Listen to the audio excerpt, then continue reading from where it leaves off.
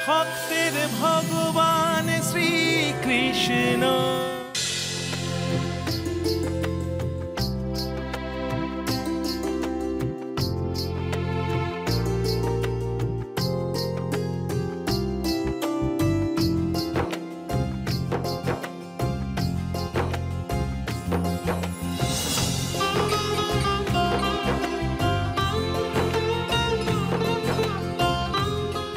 গোপাল তো আমাদের ছাড়া ননি খেতেই পারে না।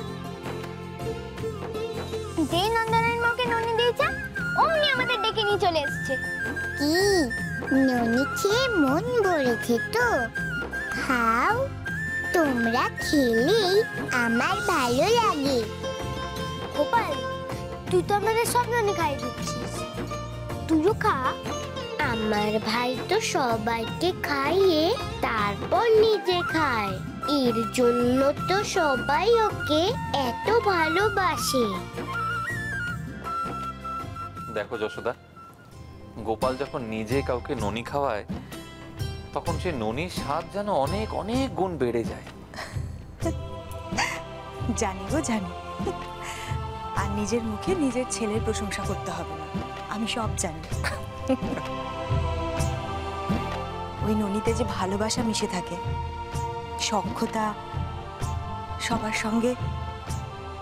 সঙ্গে মিশে চলার দক্ষতা, সব মিশে থাকে। ছেলেটা কার সেটা দেখতে হবে তো। এবার তো দেখছি গোপালের মায়ের প্রশংসা আমাকে লজ্জায় ফেলে দেবে।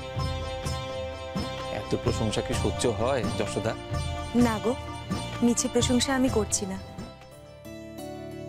সবার থেকে আলাদাভাবে সবকিছুকে খোলা মনে গ্রহণ করা, সে তো তোমারই গুণ।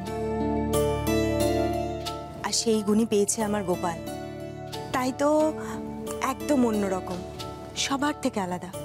সত্যি কথা কি জানো যশোদা, পৃথিবীর সব কটা শিশু যদি আমার গোপালের মতন করে ভাবতে পারত, তবে এই জগৎটা স্বর্গের মতন সুন্দর হয়ে উঠত, বুঝলে?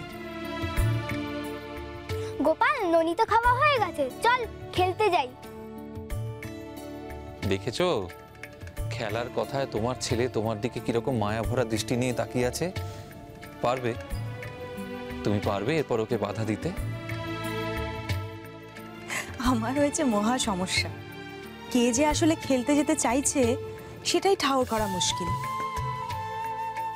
ছেলে না ছেলের বাবা?